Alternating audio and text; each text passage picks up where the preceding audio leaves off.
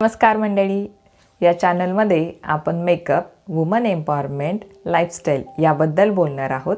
चॅनलला सबस्क्राईब करा, लाईक करा आणि व्हिडिओ शेवटपर्यंत पाहत राहा. आणि हो, ती बेल आयकॉनची जी घंटा आहे तीही दाबायला विसरू नका. आपल्या व्हिडिओला सुरू.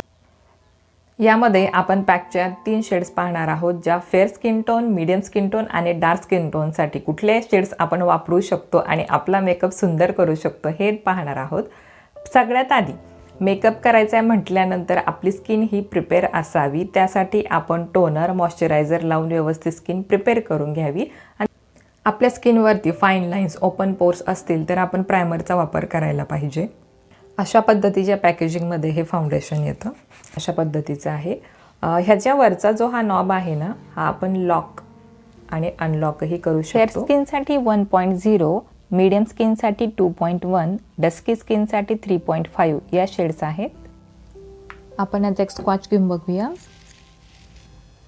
हलक्या हातानेच त्याला पसरवून घ्यायचं आहे.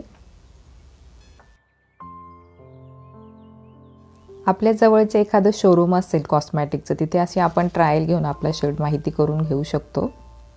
जर फेअर आणि डार्क अशा 2 शेड जरी असल्या ना, तरी आपण एक शेड बनवू शकतो आणि आपला मेकअप करू शकतो. हे फाउंडेशन अगदी लाईट वेट आहे, फुल कव्हरेज देतं आणि अगदी 7-8 तास आपला मेकअप राहतो. त्यानंतर मग जर आपल्या फाईन लाईन्स वगैरे असतील तर त्याच्यामध्ये तो थोडासा पॅक व्हायला लागतो. But this is the best foundation ever in under 1000 rupees. All skin टाईपसाठी फाउंडेशन गुड आहे. वॉटर रेजिस्टन्स, वेट प्रूफ देखील आहे.